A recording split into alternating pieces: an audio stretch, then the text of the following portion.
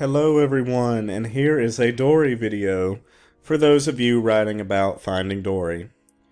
So first of all, a little background info on Finding Dory. It was released in 2016 and it's the sequel to Finding Nemo from 2003. So, you might have noticed that that's a pretty big gap between the two movies in terms of release date. And this sort of goes along with what we talked about with Lightyear and how Disney is re-examining older properties and reinventing them so they're woke now. So this is not a remake, obviously this is a sequel, but at the same time it is sort of like what Disney has been doing with their remakes. They revisit an older property, in this case Finding Nemo, and they do a sequel, and they try to make the sequel more woke, I would say, for lack of a better term. And what I mean by that is, whereas Finding Nemo was indeed a disability narrative, with Nemo's little fin, and his father having to learn to trust him as a capable person, even though he has a little fin, Finding Dory is even more so a disability narrative, and it's about Dory's journey towards independence. It's about other people learning to understand her, etc., even though she has short-term memory loss.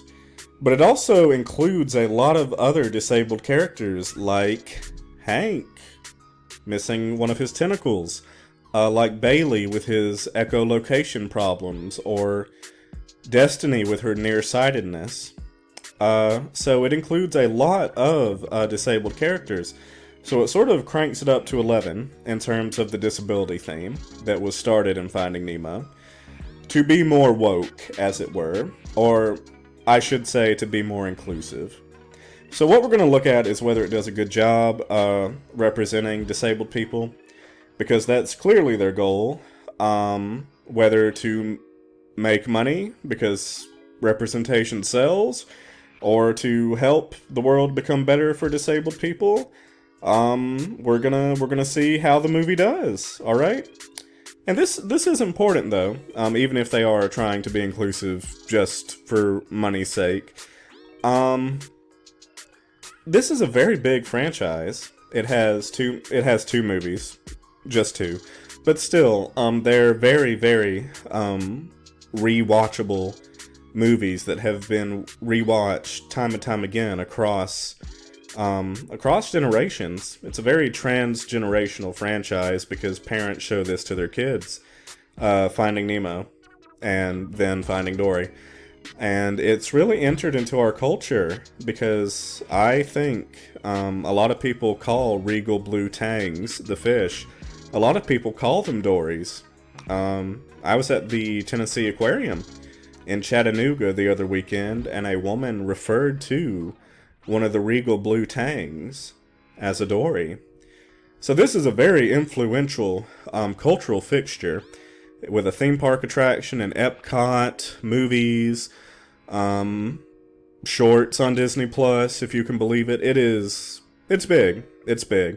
So it has a lot of influence, and whether or not it portrays disability positively would be significant, because people might be informed about disabled people and disability from these movies, considering how big they are. So it's important to talk about this. So let's see how they did with their disabled representation. There are several symbols that are relevant to the message this movie wants to get across about disability that I want to talk about. The first symbol is the purple shell, or shells in general, I should say.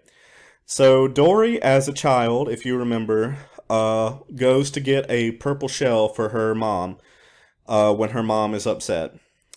And then she gets sucked into the undertow. Dory! Dory! And she is separated from her parents. So the shell, on one level, is what separates her, is what gets her in trouble.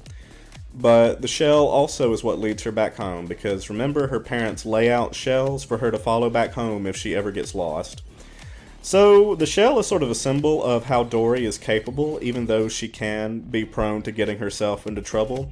She can always fix it, right? She can always get back on track. So that just goes to show that Dory can do things, right? She has short-term memory loss, but she can still do things. It's no impairment, in other words, and I think that's the big message the movie wants us to get. Dory has nothing wrong with her, and she can do things, her disability notwithstanding. The next symbol is the tag on Dory's fin. So Hank wants this tag in order to leave the Marine Life Institute and go to the Cleveland Aquarium so he can live in a tank for the rest of his life. Which is ironic, I would say, because he gets around a lot. He gets around more than any other sea creature in the movie, I'd say. So, the tag represents him wanting to escape from his trauma. Because in addition to missing a tentacle, Hank also has, he presents classic symptoms of PTSD. He doesn't want to go back to the ocean, hinted at being a place of trauma, or, I think it's pretty explicitly stated it's a place of trauma for him. I stay here, I'm going to get released back to the ocean. And I have extremely unpleasant memories of that place. I just want to live in a glass box alone. That's all I want. Your tag! So, and, he lost a tentacle out there. So the tag represents him not wanting to move on, in other words, and be his best self. He's sort of letting his disabilities hold him back, but they should not hold him back, right? Because he can do anything. He's great at camouflaging himself. He moves around the Marine Life Institute. So he shouldn't be held back. And the tag sort of is what is holding him back, and I think we can also see that in the fact that it is put on the fish as if they're prisoners, So yeah, there's that with the tag. And then we have the touch pool, which is very similar in that it is also representative of Hank not wanting to move past his trauma, right? And his trauma really gets exposed in the touch pool. What's the plan? The plan is I'm going to stay here forever. Okay, good plan. He is terrified. He inks in the touch pool. This is the whole reason he wants to go to the aquarium in Cleveland, right? So the touch pool represents also, I would say, the need of Hank to get past his trauma and not let his disabilities hold him back. And I think the touch pool is also significant because it really brings to light the whole irony of the Marine Life Institute. They're said to take care of the fish to release them back into the wild, but putting them in this touch pool is not taking care of them. It's hurting them, right? So it's very ironic, and it is a commentary on the nature of marine life theme parks, right? But getting back to the disability theme, it shows that these fish in this movie, they are held back by the Marine Life Institute. They're kept sick instead of being rehabilitated. And that's exemplified through the touch pool. So, in short, the touch pool shows also that Hank needs to move on from his trauma, right? And he sort of gets to, lives his trauma in the touch pool, and that might help him on his journey to move on and not let his disabilities hold him back, and not let the Marine Life Institute, which is pretty hypocritical, hold him back either. And then we have Sigourney Weaver, who sort of ties into what I just talked about. Sigourney Weaver, her voice is heard, and she's sort of the spokeswoman for the Marine Life Institute, right?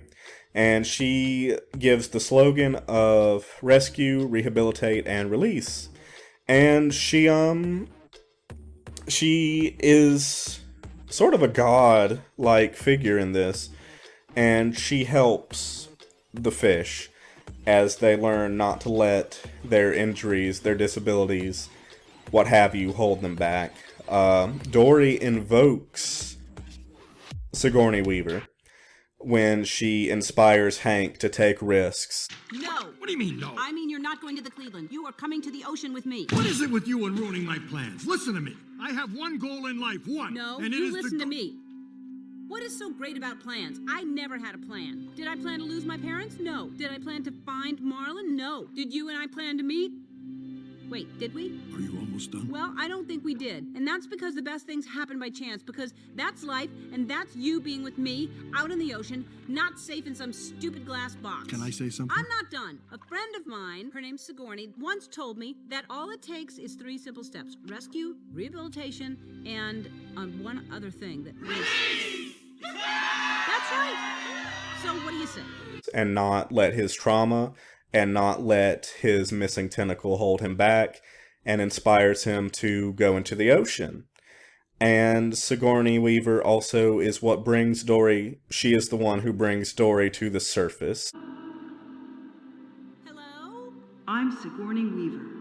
Oh, hi, Sigourney. I need your help. Won't you please join us Oh, great, great, great. as we explore the wonders of the Pacific Ocean and the amazing life it holds within? She brings Dory to the surface at the beginning of the movie. So her voice does. So Dory can go to the Marine Life Institute and find her parents and become whole. So yes. Sigourney Weaver, helps the fish not be held back by their disability. She's inspiring. She weaves, doesn't she? She weaves healing, as it were. So that is Sigourney Weaver as a symbol. Alright, next, let's talk about Dory. So Dory suffers from short-term memory loss, and that's the key word, isn't it? Suffer. So that's what her parents tell her to say to people she meets. I suffer from short-term memory loss. But that language, it's something she has to learn not to say, because she discovers the truth that she doesn't really suffer, does she? She, might do things a little bit differently because of her short-term memory loss, but at the end of the day, she isn't suffering from it. It's just something she lives with, right? So she learns not to say suffer anymore. And she also learns to stop apologizing, because by the end of the movie, her arc is she learns to accept herself, and she doesn't apologize for her short-term memory loss. She doesn't say I suffer anymore. And the film really makes a point to say that she does things, even with her short-term memory loss, in her own special Dory way, and that's valid and that's okay. So on the surface, this would seem to be a clear example of the social model, right? There's nothing wrong with Dory. Something's wrong with her only because her parents at the beginning, and people like Marlon, etc., think there's something wrong with her, but there's really nothing wrong at all. Pretty clear, right? But let me throw a monkey wrench in there. Alright, it's monkey wrench time. So Dory, I thought this line was really interesting when her mom says, you remembered in your own Dory way.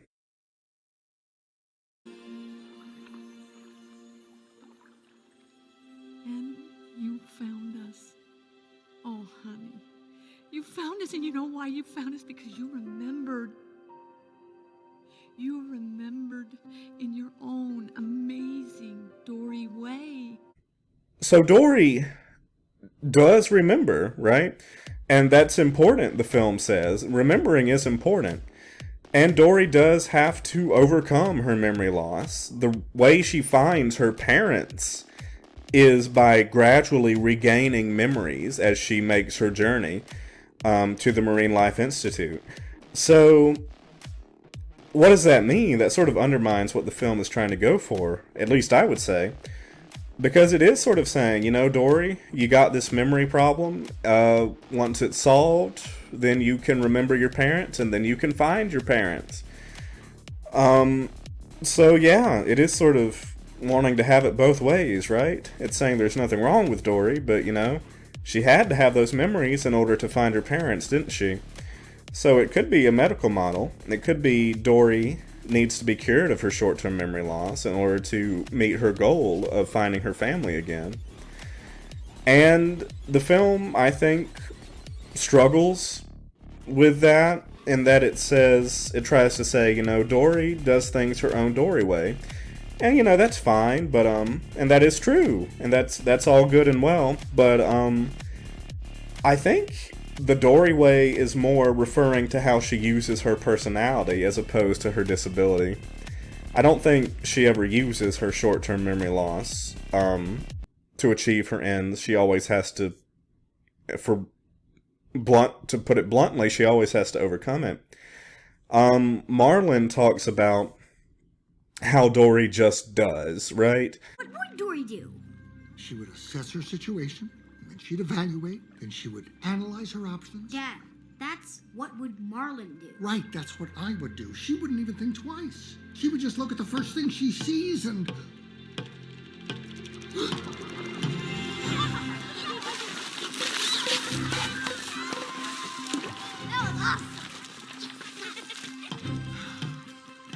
Dory would do it. Nemo, hold on to me!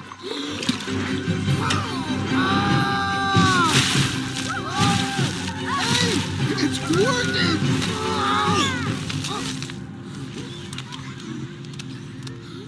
Just keep gasping.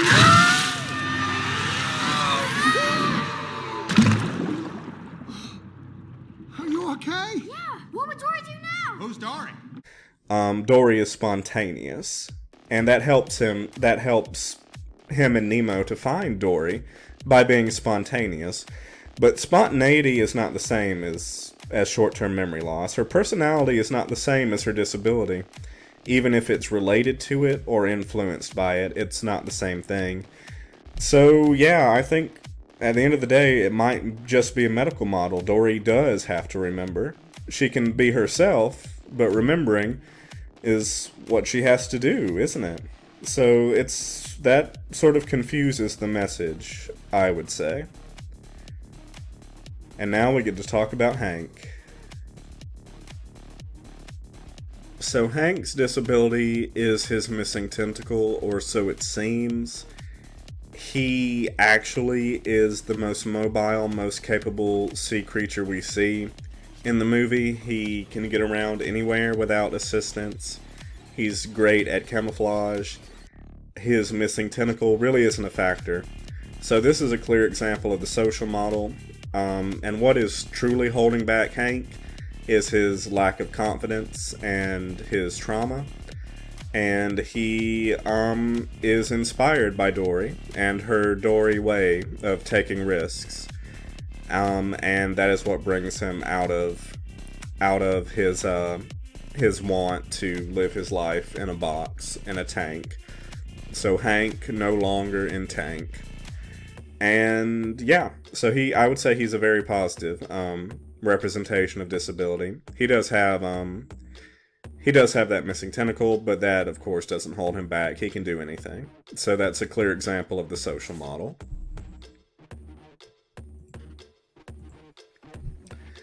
Okay, so Bailey is very, very complicated. Or perhaps not complicated at all. So I would say Hank is definitely a positive representation of disability. But Bailey, it's not that great. Because with Bailey, he overcomes his disability. And this is portrayed as a good thing, and also necessary. So because he uses his echolocation in the climax of the movie. And it really is sort of confusing the movie's message. I honestly think it would have been better if he had, maybe an echolocation that wasn't working normally, but he still manages to find a way to use it. I think that would have been better than simply having him not have any echolocation and suddenly having perfect echolocation because he just believes he can. So, that could potentially be a case of compulsory able-bodiedness, in that it must be for the plot to be resolved, for Bailey to be whole, etc. He has to have that echolocation. And also, problematically enough, it's portrayed that he might even have a choice in the matter. So I want to bring in this quote from our boy Robert McRuer. Okay, so our boy Robert McRuer says, like compulsory heterosexuality then, compulsory able-bodiedness functions by covering over, with the appearance of choice, a system in which there actually is no choice. So he compares it to the concept of compulsory heterosexuality, where people have to, queer people have to, pass as heterosexual, to perform as heterosexual, if they are in an unaccepting environment or are under pressure. The same could be applied to disabled folks, in that they have to pass, quote-unquote, as quote-unquote normal, based on the environment they're in order to fit in, as it were. So it seems that they have a choice, right? You can totally not be the way you are. You can be this way, right? Is the idea. But there really is no choice. People are the way they are, correct? And Bailey just chooses to not be disabled, I guess we could say, because he chooses to have his echolocation back. So that might not be too great. It sort of contradicts, I would say, what the film is trying to go for with saying there is nothing wrong with you if you have a disability. But Bailey apparently needs to be fixed, and he apparently has a choice in the matter. So yeah, not too great, representation-wise. And then there's the matter of Destiny. So, Destiny is nearsighted, and she bumps into walls, and that is kind of sort of played for laughs a lot of the time, which is, not that great, because she has a legitimate issue going on. So, the other pretty problematic thing is she depends on Bailey to be her eyes in the climax, when Bailey can use his echolocation. 1, Yes. 2. I can't do it. I'll never make it out there. Destiny! No. I've got the world's most powerful pair of You've glasses. got the world's most powerful pair of glasses. I will be your eyes. You can be my eyes. And that's fine. That sort of shows solidarity between the two disabled characters. But it does sort of undermine the whole message of these disabled sea creatures and disabled people in real life should be given independence and trusted to be independent. So the fact that she has to depend on someone kind of undermines that, I might say. But then again, we do see a positive example of the cultural model, and that she and Dory and Bailey to an extent, and Hank kind of also have a little community going on. And I think the cultural fixture they have is they speak whale to each other, Destiny and Dory at least. So we do see solidarity among members of the disabled community. So that could be that as represented through Destiny. So that could be a positive. But then there's something else problematic in terms of the character of Gerald. So with Gerald the sea lion, we see that he has a vacant expression and a prominent brow, and he seems unintelligent. And he has been called a negative, if not outright offensive, portrayal of someone with cognitive disabilities, because it appears that's what he's supposed to represent. But Andrew Stanton, the director of the movie, he actually responded to this because there was a little bit of controversy. And so we see here that Stanton says he intended him to be a nerd, right? And it's more like we all get bullied, and Gerald is just the nerd who gets bullied, and he just wants to be on that rock, right? So if we're going off of that, it could also be that Gerald, represents the experience of many outcasts, including disabled people, who are bullied or excluded by their peers. So in a way, he could depict the disabled experience and how it's not always a good experience. So he has that. He has that going for him. And then we have Becky, who, along the same lines as Gerald, she is sort of a caricature. Maybe we could say she has her disheveled feathers. She makes jerky movements. She likes to peck, as we can see here. And Marlon even said, "This bird is not the bird." But Becky does prove herself capable, but only to a point, because she does get Marlon and Nemo into the Marine Life Institute, but not where they need to go exactly. She gets distracted by popcorn. She leaves them hanging in a tree, and then at the end of the movie, she comes back, seemingly to save the day, but she leaves Dory on the truck. So, yeah, I wouldn't say she's the best representation of if she is meant to show someone who is, different or might have a cognitive disability, as it appears that she might have. So she can do things, but only to a point. And she is sort of, in the way she looks, a caricature, in the way she acts, sort of like Gerald.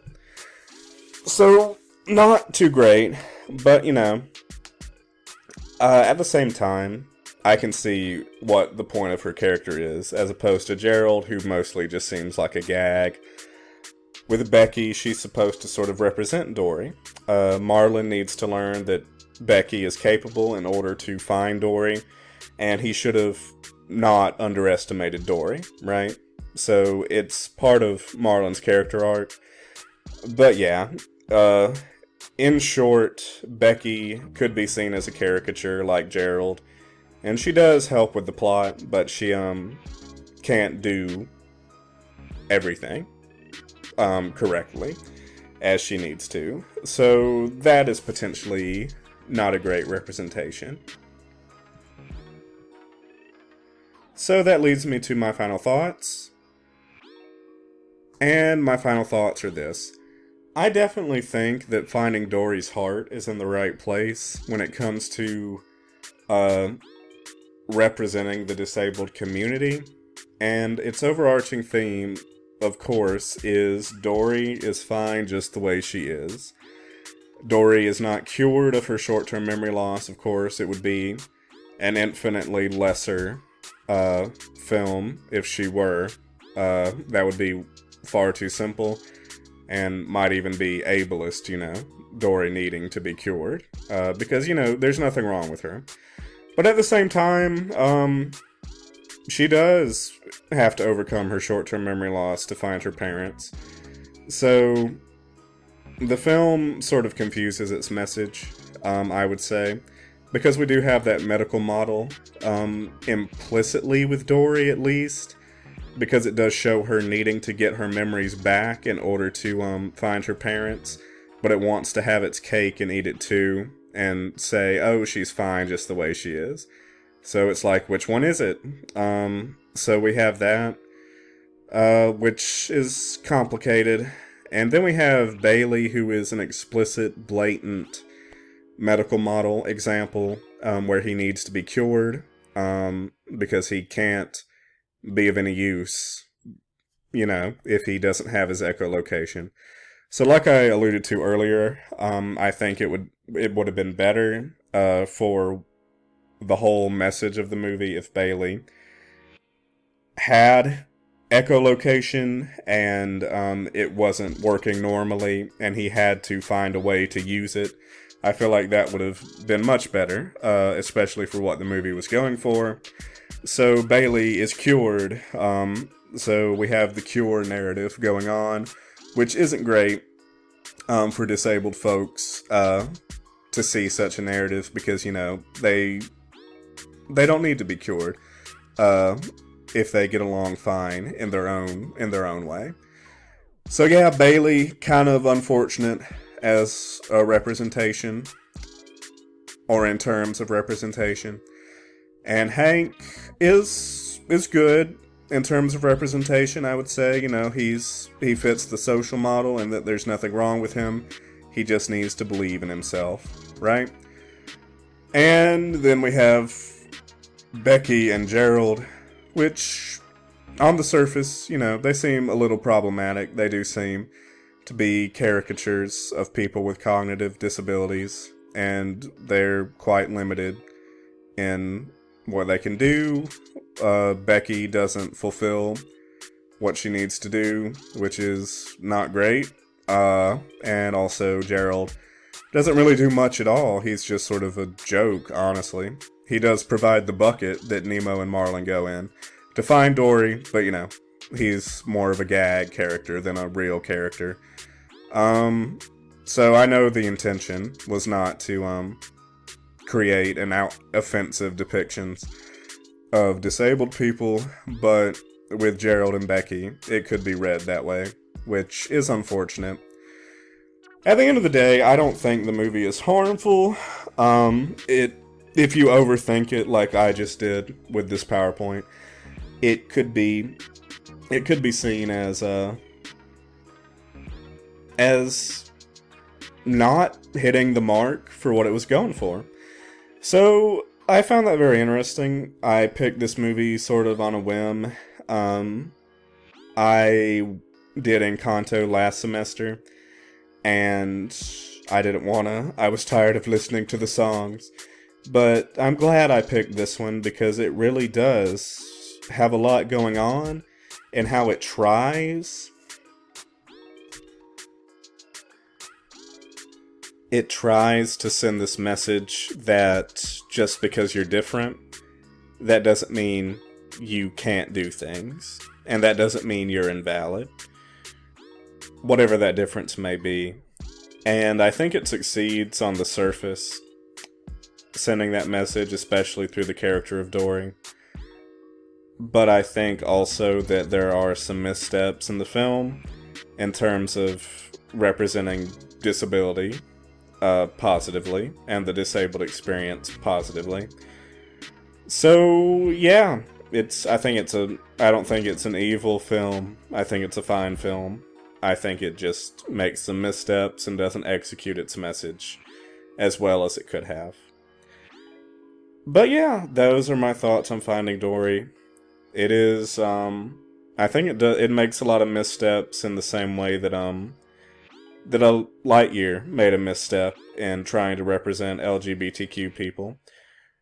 Its heart was in the right place in terms of representation for both those movies. And fun fact, this was co-directed by the director of Lightyear, Angus MacLane.